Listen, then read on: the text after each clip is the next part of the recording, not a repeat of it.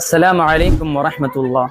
அன்பார்ந்த அருமை சகோதர சகோதரிகளே, நாளை மறுமையில் மஹ்ஷர் மைதானத்தில் வைத்து நமக்கு பரிந்துரை செய்வதற்காக நம்முடைய தாயோ தந்தையோ யாரும் வரமாட்டார்கள்.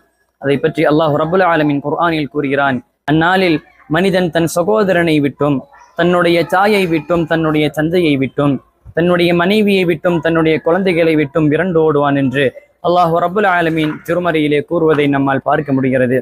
ஆனால் நாம் செய்கின்ற ஒரு நல்ல செயல் நமக்கு மறுமையில் பரிந்துரை செய்யும் என்று ரசூலுல்லாஹி ஸல்லல்லாஹு அலைஹி வஸல்லம் அவர்கள் கூறினார்கள்.